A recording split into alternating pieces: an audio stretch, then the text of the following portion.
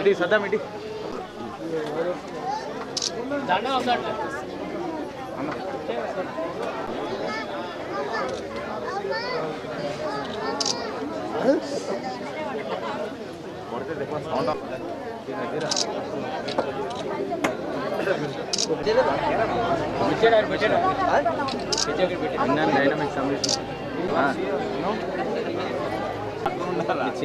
చిన్నిగౌడు చిన్నిగౌడు అన్న సరే సరే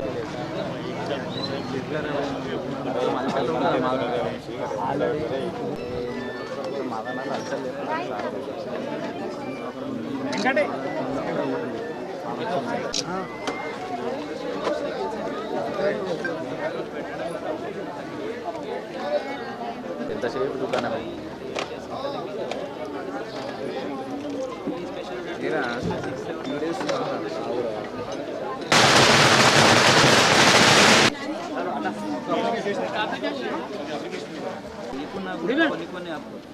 ఆధార్ కార్డు ఉంటుంది వైట్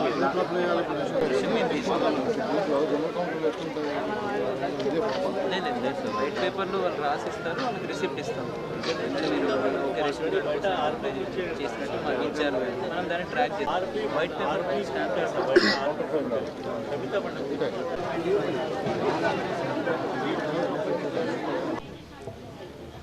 అసలు ఎందుకు పెట్టారు అనేది లాస్ట్ 2 days నుంచి కూడా ప్రజలకు అందరికీ రీచ్ అవ్వాలని చాలా ప్రయత్నాలు జరుగుతున్నాయి. అటు ప్రెస్ ద్వారా కానీ, ఇటు హానరబుల్ ఎమ్మెల్యే గారి ద్వారా కానీ, కార్పొరేటర్స్ ద్వారా కానీ రీచ్ అవుతుంది. ఎందుకు అనేది ఒకసారి మళ్ళీ గుర్తు తెచ్చుకుందాం. ప్రజాపాలన ప్రోగ్రాం యొక్క ముఖ్య ఉద్దేశము గవర్నమెంట్ అభయహస్తం అనే నినాదంతో 6 గ్యారంటీలని ప్రజలకి చేకూర్చాలనే ఉద్దేశంలో జరగబోయే మొదటి ప్రక్రియ.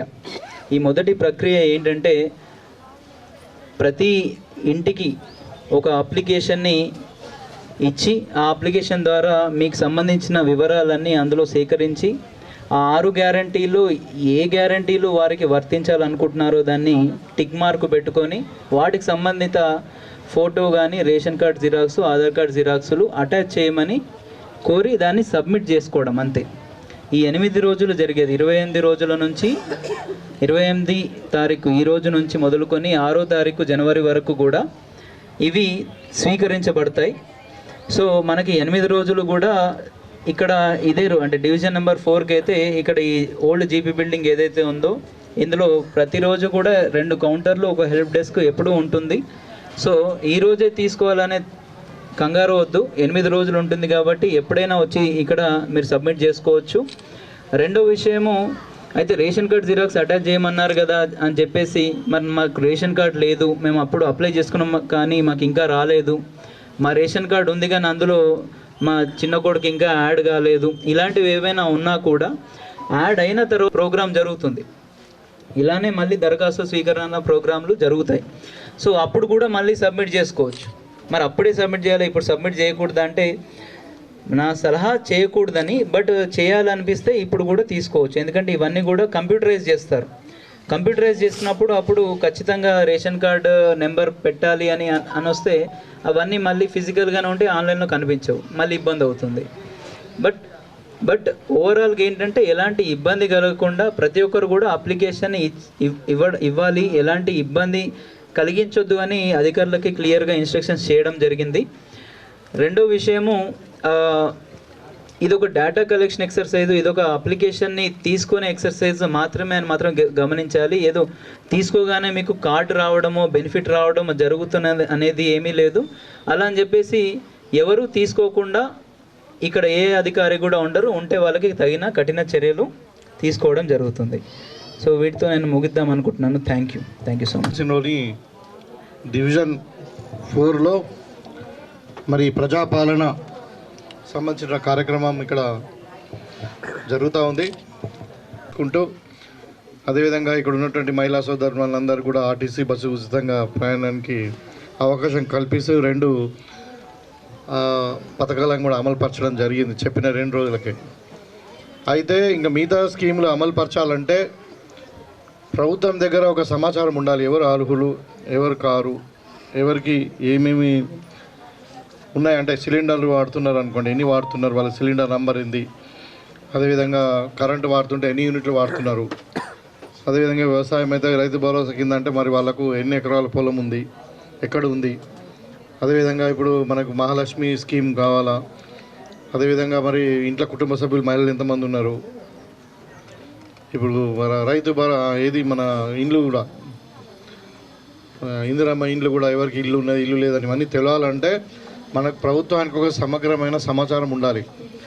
దాంట్లో భాగంగానే ఇవాళ ప్రజాపాలన పేరు మీద ఇవాళ 28వ తారీఖు ఇవాళ స్టార్ట్ చేసి 6వ తారీఖు వరకు అంటే 8 రోజులు 10 రోజులు ఉన్నప్పటికీ 2 రోజులు సెలవులు ఉన్నాయి. మరి ఆ 8 రోజులు మనము ఈ వర్కింగ్ డేస్లో ఈ అప్లికేషన్స్ మనం ఇక్కడ ఇచ్చుకోవచ్చు. యూజువల్గా అధికారులు ఏం చేశారంటే 100 కుటుంబాలకు 100 హౌస్ హోల్డ్స్కు ఒక కౌంటర్ చొప్పున పెట్టిండ్రు మనకు, అంటే ఈ రద్దీ ఉండకుండా ఉండడానికి.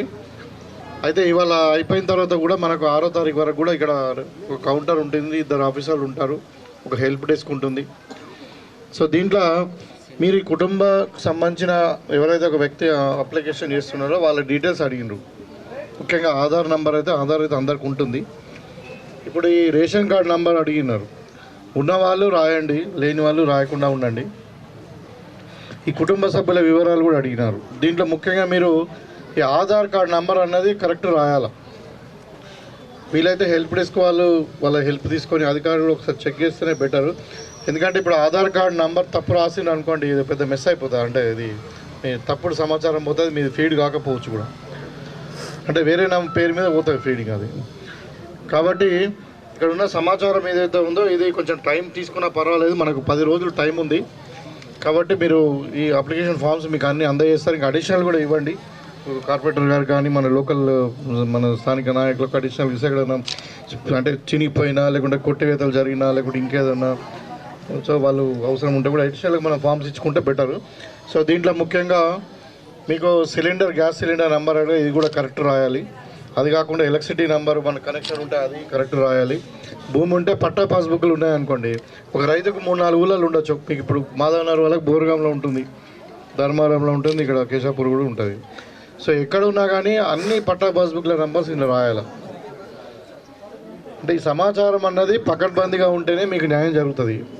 కొంచెం ఆలస్యమైన 10 నిమిషాలు టైం తీసుకొని నేను ఎక్కువ యాక్చువల్ రాయాలంటే 5 నిమిషాల్లో నిండిపోతుంది. ఇది మీరు అవసరం ఉంటే 10 నిమిషాలు ఇంట్లో కావాల్సినవి ఏంది, మన పట్టా పాస్బుక్లు ఒకటి భూమి ఉంటే, రైతుకు మన కనెక్షన్ ఉంటే ఏది ఎలక్ట్రిసిటీ కనెక్షన్ అయితే అందరికి ఉంటుంది, దానికి సంబంధించిన బిల్లు, మీటర్ నెంబరు, సిలిండర్ ఉంటుంది, సిలిండర్ నెంబర్, ఈ 3-4 అడిగారు వాళ్ళు. తర్వాత కుటుంబ సభ్యుల యొక్క ఆధార్ కార్డులు అవి కరెక్ట్ ఉండాలి అవి. సో ఇక్కడ అదే ఇప్పుడు ఆధార్ కార్డు ఉంటుంది కానీ రేషన్ కార్డు లేని వాళ్ళ పరిస్థితి ఏందన్నది, ఒక కుటుంబంలో 4 ఉంటారు, అంటే ఒక ఇంట్లోనే 4 ఉంటారు, 4 అంటే అన్నదమ్ములు, వాళ్ళందరూ కూడా అప్లై చేసుకోవచ్చు. కానీ వాళ్ళకి ఆధార్ సపరేట్ ఉంటుంది కానీ రేషన్ కార్డు హౌస్ నెంబర్ ఒకటే ఉంటుంది. సో అలాంటప్పుడు ఒక కుటుంబ సభ్యుడు ఒకళ్ళు మాత్రమే పాత ఆధార్ కార్డు మన ఏది రీసెంట్ కార్డు నెంబర్ వాడచ్చు. మిగతా వాళ్ళందరూ లేదని చెప్పి రాసి వాళ్ళు ఇంకా కౌంటర్, ఇప్పుడు ఫ్రీ కౌంటర్ పెట్టారు అక్కడ, జనరల్ కౌంటర్. దాంట్లో మనము వైట్ పేపర్లో రాసి మీ ఆధార్ నెంబర్ ఇచ్చి మనకు రేషన్ కార్డు కావాలని చెప్పి అప్లికేషన్ పెట్టుకోవచ్చు. ఈ ప్రభుత్వం నేను ఒకటే చెప్పదలుచుకుని, పెద్ద టెక్నికల్ ఇష్యూ లేదు కానీ ఈ ప్రభుత్వము చిత్తశుద్ధితో ఉన్నది. చెప్పినాము మేము 6 గ్యారెంటీలు అమలు పరుస్తామని, ఖచ్చితంగా అమలు చేసి తీరుతాం. ఇవాళ 10 సంవత్సరాలు అయింది తెలంగాణ రాష్ట్రం వచ్చి, ఒక కొత్త రేషన్ కార్డు లేదు, కొత్త పెన్షన్ లేదు, పాతయే కంటిన్యూ చేస్తున్నారు. రాజశేఖర రెడ్డి గారి టైం ఉన్నప్పటి నుండి 200 ఉంటే చాలా ధరలు పెంచారు, కానీ కొత్త రేషన్ కార్డులు ఇవ్వలే, కొత్త పెన్షన్లు ఇవ్వలే. కానీ ఈ ప్రభుత్వం ఏం చేస్తుందంటే ఎవరైతే అర్హులు ఉన్నారో అందరికీ పెన్షన్ ఇవ్వాలని అనుకుంటుంది, ఎవరికైతే అర్హులు ఉన్నారో వాళ్ళందరూ కూడా రేషన్ కార్డులు ఇవ్వాలని అనుకుంటుంది. కాబట్టి 10 సంవత్సరాలలో మీకు తెలిసి ఉంటుంది మాధవనగర్లోనే ఎన్నో పెళ్ళిళ్ళు అయినాయి, కొత్త కుటుంబాలు ఏర్పడ్డాయి. మరి వాళ్ళకి రేషన్ కార్డు లేకపోతే మినిమం బియ్యం కూడా రాని పరిస్థితి. ఇంకా వేరే బెనిఫిషియరీ కూడా ఏదంటే ఇప్పుడు వైట్ రేషన్ కార్డు అంటే అది బిలో పవర్టీ లైన్ కింద ఉన్న వాళ్ళకి వైట్ రేషన్ కార్డు ఇస్తారు. అదొక క్రైటీరియా. వైట్ రేషన్ కార్డే క్రైటీరియా. వైట్ రేషన్ కార్డు ఉంటేనే మీకు సిలిండర్ సబ్సిడీ వస్తుంది, మీకు ఎలక్ట్రిసిటీ 200 యూనిట్లు ఫ్రీ వస్తుంది. తెల్లారి ఇంకా ఇండ్లు లేని వారికి ఇండ్లు రావాలన్నా అది బిలో పవర్టీ లైన్. ఏ స్కీమ్ అమలు కావాలన్నా కానీ బిలో పవర్టీ లైన్ వాళ్ళకి. కాబట్టి రేషన్ కార్డు అనేది చాలా ముఖ్యం. కాబట్టి ప్రభుత్వము అందరికీ రేషన్ కార్డులు ఇవ్వాలని నిర్ణయించింది. కాబట్టి కొద్దిగా ఆలస్యమైన మీరు అప్లికేషన్ పెట్టుకోండి, తప్పకుండా అవన్నీ కూడా ఇప్పిస్తాం. అయితే ఈ సందర్భంగా అంటే మీడియా వాళ్ళు ఉన్నారు కాబట్టి ఇవాళ చాలామంది టీఆర్ఎస్ వాళ్ళు నాకు మొన్న పార్టీ మన కాంగ్రెస్ పార్టీ అధికార పార్టీ ప్రభుత్వము ఛార్జ్షీట్ పెట్టిన తర్వాత మరి తెలంగాణ అంత అప్పులపాలైపోయింది అని చెప్తున్నారు కదా, మరి ఇవన్నీ స్కీమ్లు ఎట్లా ఇంప్లిమెంట్ చేశారని మన ప్రశ్న అడుగుతూ ఉన్నారు. తెలంగాణ అప్పులపాలు కాలేదు, ప్రభుత్వము అప్పులు తెచ్చి పప్పు కూడా తిన్నదని చెప్తున్నాం. అప్పు తెచ్చి పప్పు కూడా తింటే ఏమవుతుంది? అప్పు భారం పెరిగిపోతుంది, చివరికి ఇల్లు అమ్ముకోవాల్సి వస్తుంది, భూమి అమ్ముకోవాల్సి వస్తుంది. తెలంగాణ పరిస్థితి అదే అయింది. ఇలా జీతాలు ఇవ్వలేని పరిస్థితి. డబ్బులు లేవంటే తెలంగాణ ధనిక రాష్ట్రమే. కానీ ఇవాళ ఏమైంది? 92,000 కోట్లు అప్పు తెచ్చిండ్రు కాళేశ్వరంలో. ఏం చేసిండ్రు అంటే కాళేశ్వరం కుంగిపోయింది, పంపు సెట్లు కాలిపోయినాయి, 40,000 ఎకరాలు కూడా నీళ్ళు ఇవ్వాలి. మిషన్ భగీరథ కట్టిరు 45,000 పెట్టి, 1,000 కోట్లు పెట్టి. ఇవాళ మాదవనాలు మిషన్ భగీరథ నీళ్ళు తాగుతున్నారా? చెప్పండి, ఎవరైనా తాగుతున్నారా? బోలు దోముకోవడానికి, బట్టలు కడుక్కోవడానికి, ఇల్లు కడుక్కోవడానికి, స్నానాలు చేయడానికి వాడుతుండ్రు, కానీ తాగడానికి వాడుతుండ్రా? మరి తాగడానికి పనికిరానప్పుడు ఆ స్కీమ్ ఫెయిల్ అయినట్టే కదా. ఈ విషయంలో మేము ఇప్పుడు ఎలక్ట్రిసిటీ కూడా అంతే. కొత్తగా ఒక యూనిట్ తయారు చేయకుండా మేము 24 గంటలు కరెంట్ ఇస్తున్నాం, అదేదో చేసేసినామని చెప్పేసి ఇవాళ 84,000 కోట్లు అప్పు తెచ్చారు. అదేవిధంగా సివిల్ సప్లైస్లో చూస్తే 56,000 కోట్లు అప్పు ఉంది. అదే అంటే అప్పు చేసి మనము ఏదేమో ఏం చేసినామంటే గంగపాలు చేసినారు. ఇంతకుముందు సామెత ఉండేది, రాజుల పైసలు రాళ్లపాలని. ఇలా ప్రజల పైసలు గంగపాలు అయినాయి.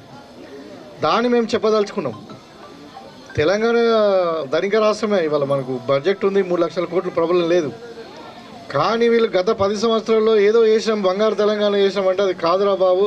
మీరు బంగారు కుటుంబం అయింది కానీ బంగారు తెలంగాణ కాలేదు. తెచ్చారు అప్పు, మొత్తం తినేశారు, మింగేశారు, మొత్తం గంగపాలు చేశారు. ఆ కట్టిన ప్రాజెక్టు 100 ఏళ్ళ కూడా కట్టిన ప్రాజెక్టు 3 ఏళ్ళలో మునిగిపోతుంది అని చెప్పే ప్రయత్నం. దీనికి ఏదో కాంగ్రెస్ వాళ్ళు స్కీములు ఎగ్గొట్టేస్తారంట, పైసలు లేవంట. అంటే ఇట్లా 20 రోజులు అయింది, స్కీములు అమలు కావట్లేదంట. అదే పద్ధతి. అంటే మాట్లాడడానికి కూడా కొంచెం మినిమం అని ఉండాలి, కామన్ సెన్స్. అంటే రాజకీయంగా మాట్లాడే తప్పట్లే. అయితే నేను ఒకటే చెప్తా ఉన్నా, కాంగ్రెస్ పార్టీ ప్రజల పాలన తెస్తామని చెప్పని తెచ్చాం.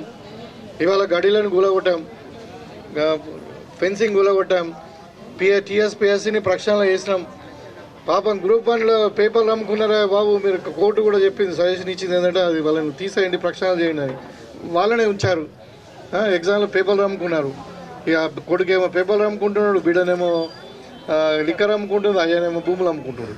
ఇక మరి ఎక్కడ బంగారు తెలంగాణ? చెప్పక తప్పట్లే, మరి వాస్తవాలు కదా.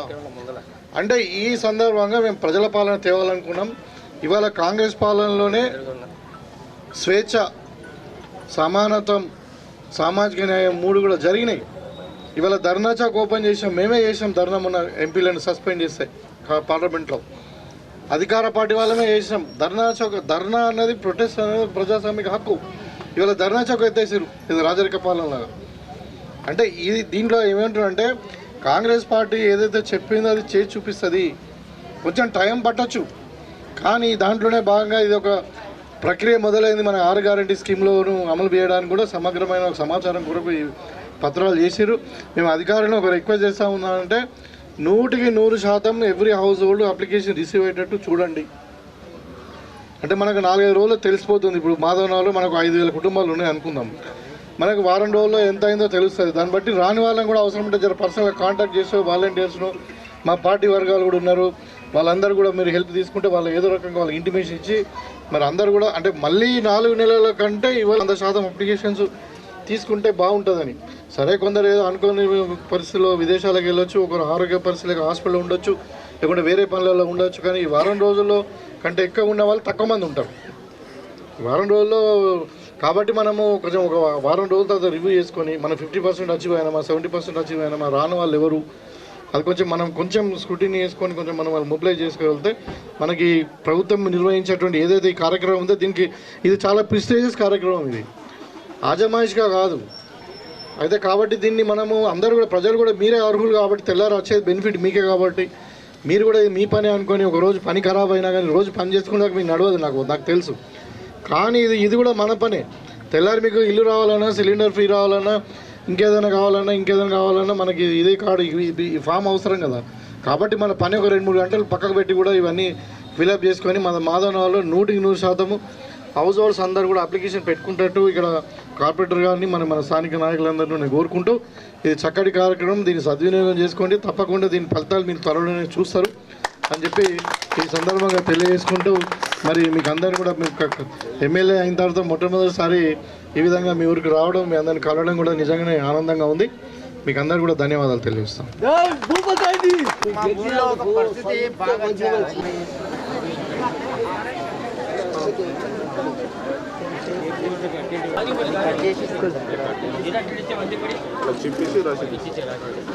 ఒకసారి చెక్ చేయండి నంబర్స్ కరెక్ట్ ఉన్నాయంతా కంప్యూటరైజ్ అయితే కాబట్టి మళ్ళీ రాంగ్ ఉన్న వాళ్ళు ఉన్నారు కదా, అయితే వాళ్ళు డివైడ్ అంటే వీళ్ళు